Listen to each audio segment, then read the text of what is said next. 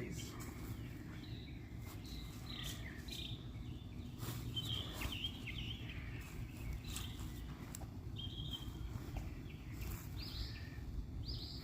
Eyes.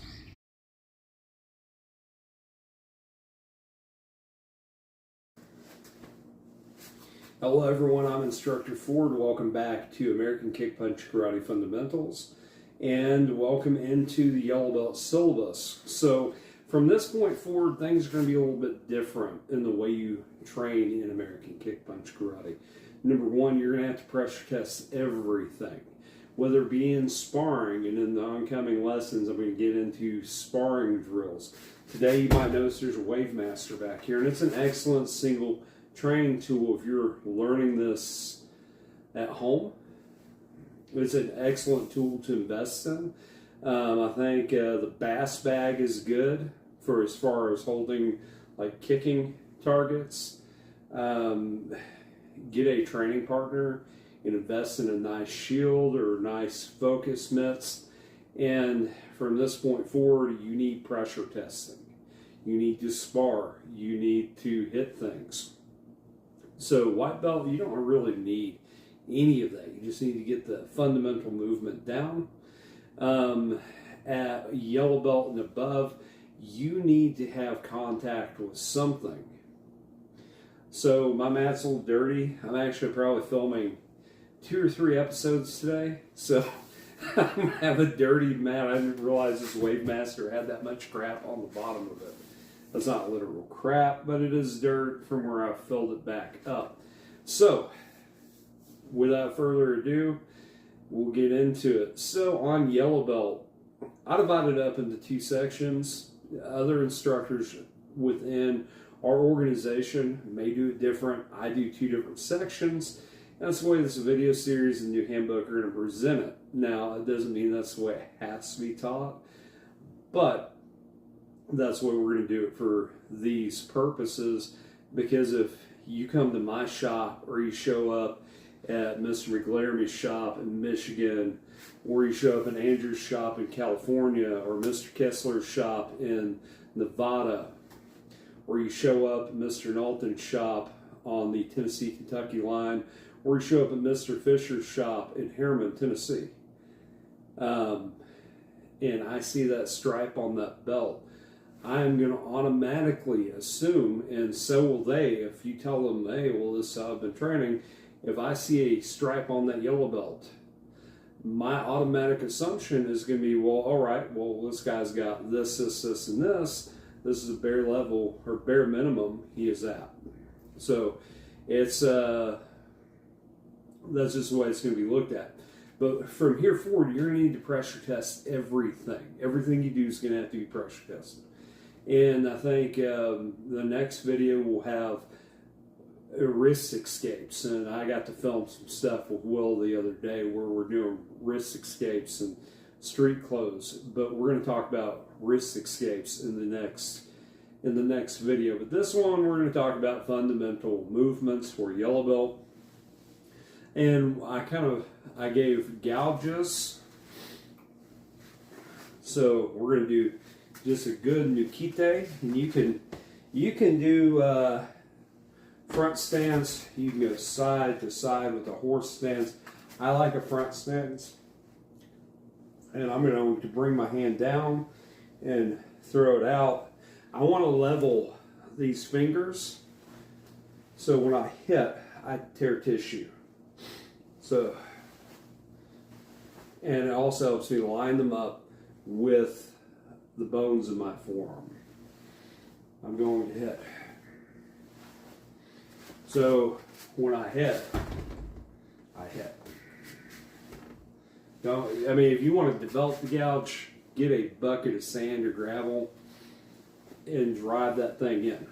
Or rods. You can get, like we make cane poles out of bamboo, tape them together, and just drive your fingers.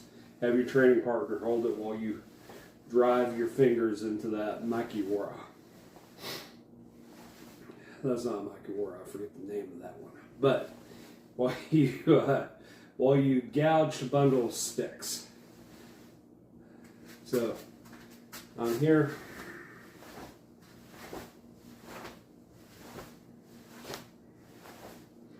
you could change this to here, come up, you come here,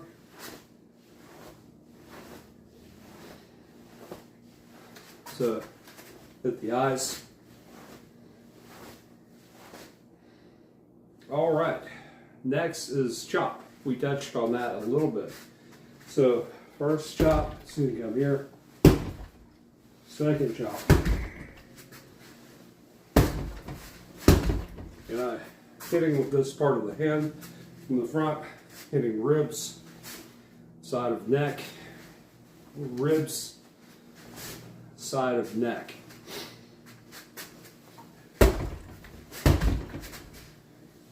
Hit ribs, side of neck.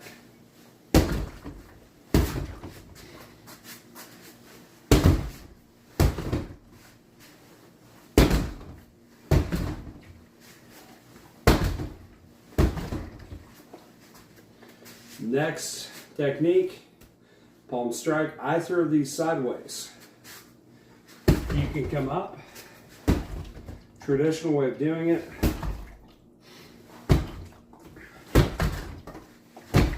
Or you can come sideways. I do this because the body flexes.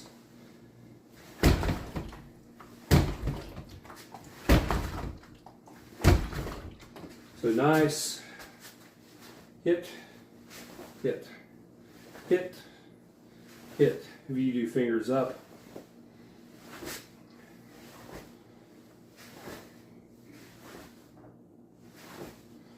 All right, and lastly, yellow belt technique, round kick. Now, depending on what you're using a round kick for,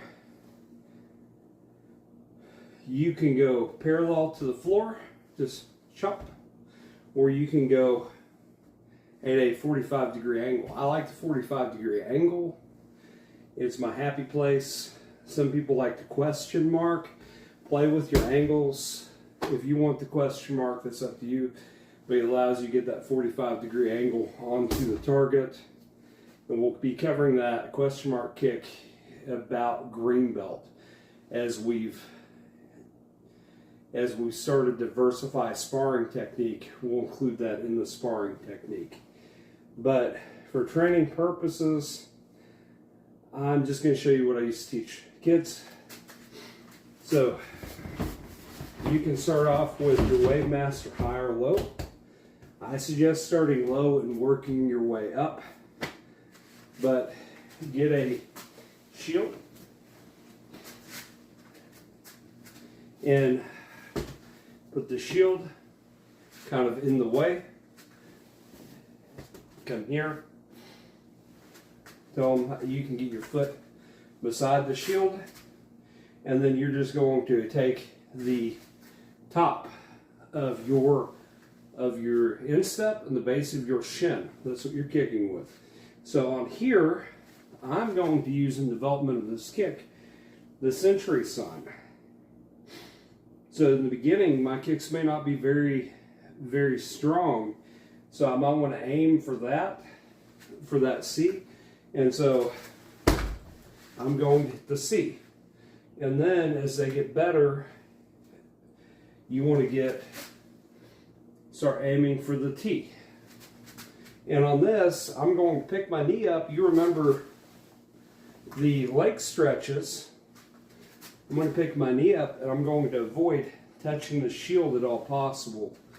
So I'm going to hit the T. And then I'm going to aim for the Y. Once I get to the Y, I raise the bag and I keep going up as I develop this. But this stage, that's perfect, yellow belt. That is absolutely fine. So that's what I'm going to kick. So for drilling, I'm going to be hitting here. And if you're not real comfortable hitting here just yet, start here and follow the letters on the Century bag if you get one of these bags, or take the dots you do for yard sales and build dots, or even 3x5 white cards. I shoot with those things. So I want to aim for here, and I'm going to take this kick, and after I throw the kick, I want to try to hit myself with my own heel whenever I'm rechambering, so I get that foot out of the way.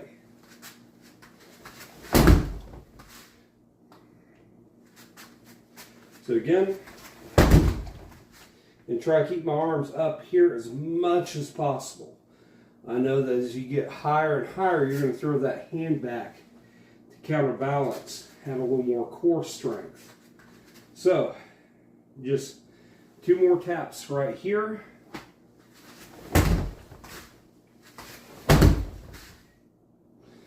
And that is round kick. A little bonus footage. So I put my shield here, and I don't want to touch the shield.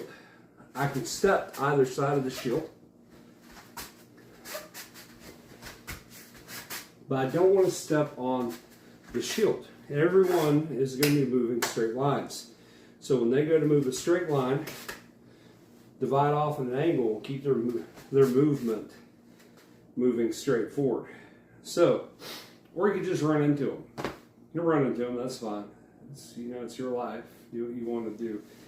But at this stage, 45-degree angles. That's why you see me stepping beside the mat. This gives me a clear line at this stage in training of where to put my foot. One of the next videos, I think on first stripe yellow, we get into hook kick a little more in depth.